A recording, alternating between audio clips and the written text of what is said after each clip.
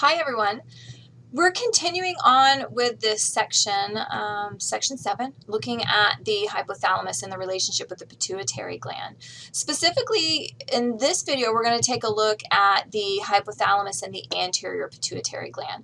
So remember that the hypothalamus and the anterior pituitary gland actually are going to have this relationship where the hypothalamus is actually going to kind of control the anterior pituitary and tell it when it needs to release its hormones. So this is that example back in the previous sections. Remember we talked about the different stimuli, and one of them was a hormonal stimuli. This is a great example with this hypothalamus releasing hormones to tell the anterior pituitary to release its hormones. This is the nice little hormonal stimulation that you have right there.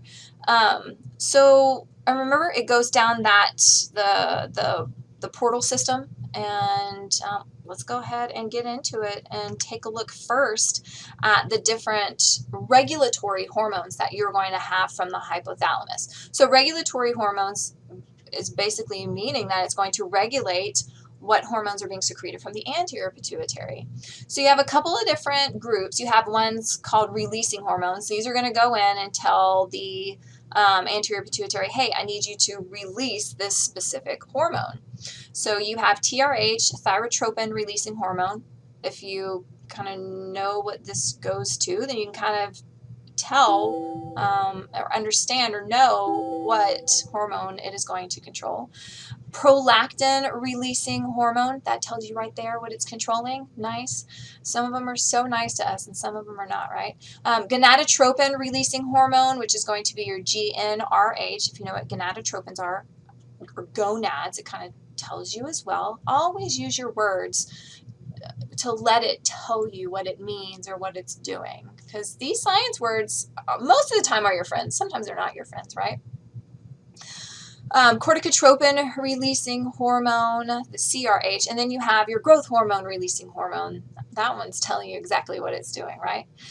You also have a different class that is inhibiting hormones. You only have two that are going to control the inhibition or decreasing these specific hormones, which is prolactin inhibiting hormone, which is dopamine, and you also have a growth hormone inhibiting hormone.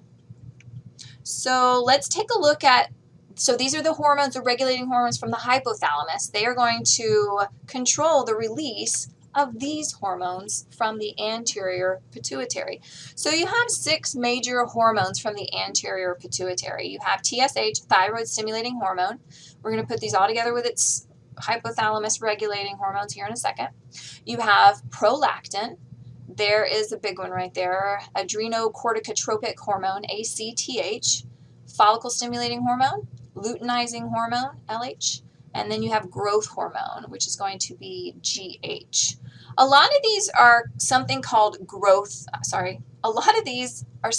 tropic hormones. Tropic hormones are basically going to be hormones that go and tell another gland to secrete their hormones. For example, you have TSH, thyroid stimulating hormone, is going to be secreted, and it's going to go to the thyroid gland and tell it to secrete its hormones. So it's going and telling another gland to secrete another group of hormones. That's basically what tropic hormones are. So all of these except 2 are going to be tropic hormones. Prolactin's not a tropic hormone, and growth hormone with the little asterisk there, right? Growth hormone is because some books will say, yeah, it does stimulate it stimulates the liver to secrete something else.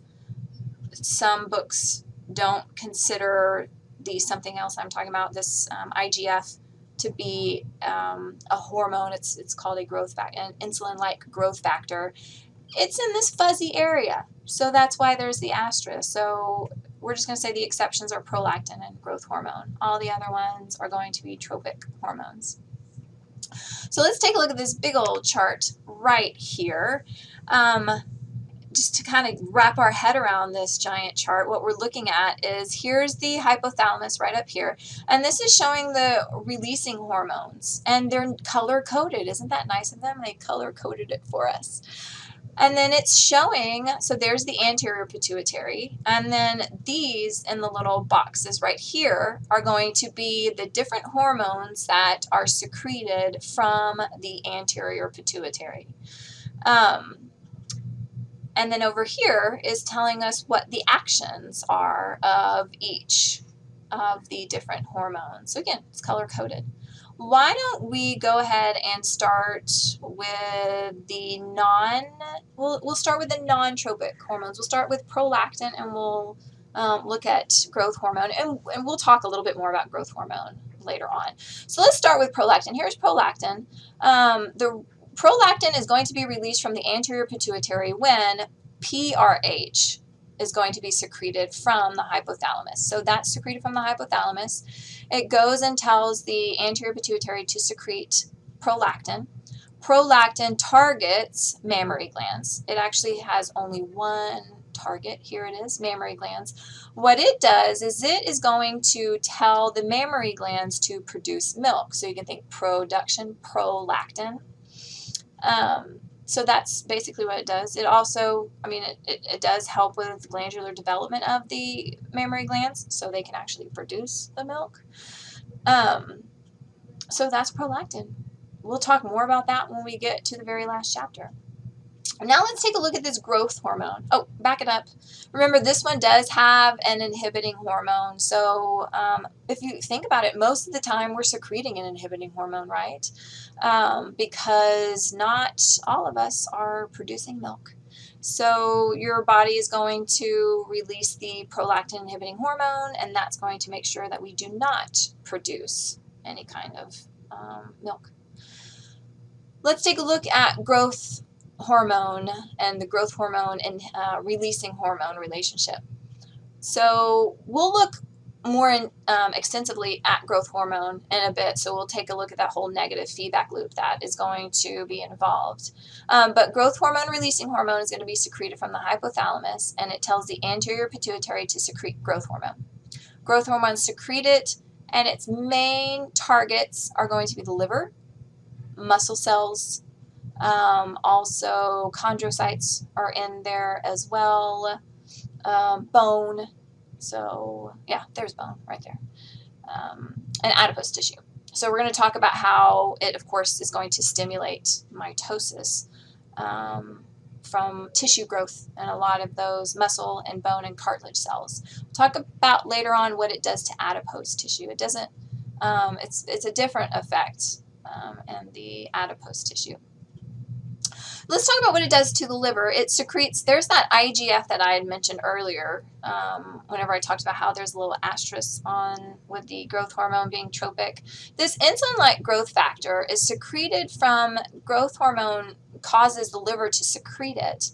And it actually has a greater, it mimics growth hormone in the fact that it does cause muscle and bone and chondrocytes and cartilages to increase mitosis and increase growth, but it has a greater effect. They actually work synergistically, growth hormone and IGF, so you get this greater effect that's happening. The reason why IGF has a greater effect has a longer half-life. We'll talk about that later on. So that is the two non-tropic hormones.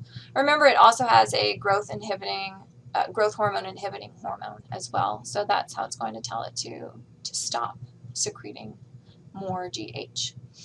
All right, let's take a look at these tropic hormones. We're going to start with TSH. So let's talk about what causes TSH to be secreted. Well, TRH is going to cause it to be secreted.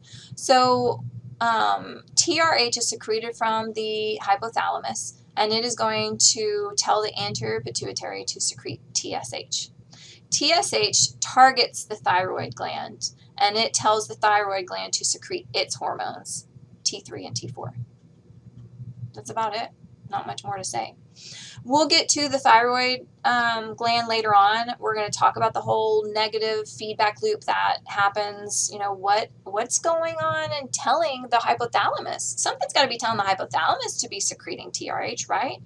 We'll talk about that later. It's a little bit different of a stimulus than the hormonal stimulus happening here. Let's move to ACTH right here. So ACTH is going to be secreted from the anterior pituitary. Remember, that is the adrenal corticotropic hormone.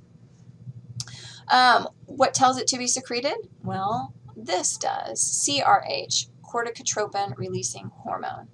Let's talk about what it targets. If we go down and find its name, there's the name written out. I wonder if it's going to let me hide. There we go, right there. It's telling you exactly what it targets. Adrenocorticotropic. So it actually tells you, oh, there it is again as well. Not only does it kind of tell you what it targets, but it also tells you what it's secreting as well. So this, look at that, adrenal cortex, adrenal corticotropic hormone. It targets the adrenal cortex, and it tells it to secrete its hormone, specifically glucocorticoids.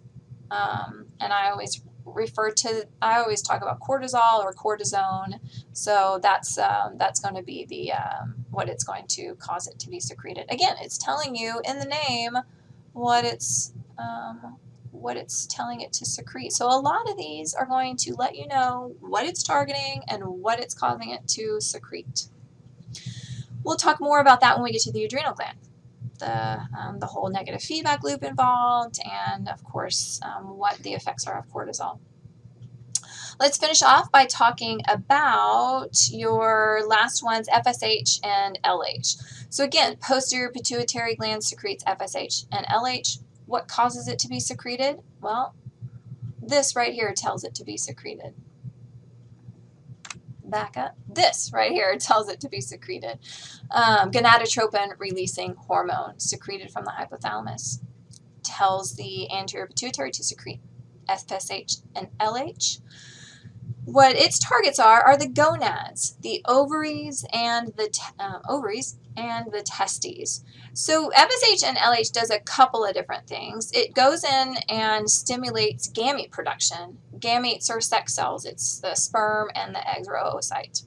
But it also is going to cause it to release its hormones as well. Testosterone, estrogen, progesterone. So again, you see how the tropic hormones are all going in and telling another gland to secrete its hormones. That's why it's known as tropic hormones. So I think the next couple of slides just sum things up. Right here, it's going in and comparing the posterior and anterior pituitary. As you can see, look at this, how here's the hormones of the synthesized in the hypothalamus and released from the hypothalamus. Same hormones, right? Because they're synthesized, synthesized in the hypothalamus, stored and released in the pituitary gland. But look, different set. That's not the case. Remember, anterior pituitary has a different relationship than the posterior pituitary with the hypothalamus. So they are going to make and release different hormones, And this says right here, tropic hormones. Remember, not all these are tropic hormones. So I'd mark that out if I were you. It's probably a good thing right there. All right, this is going in and kind of summing up some of the hypothalamus hormones and what it does. All right, so the next video that we're going to be taking a look at, we're going to finish up this section, section 7, by taking a look a little bit more closely at the growth hormone. So until next time.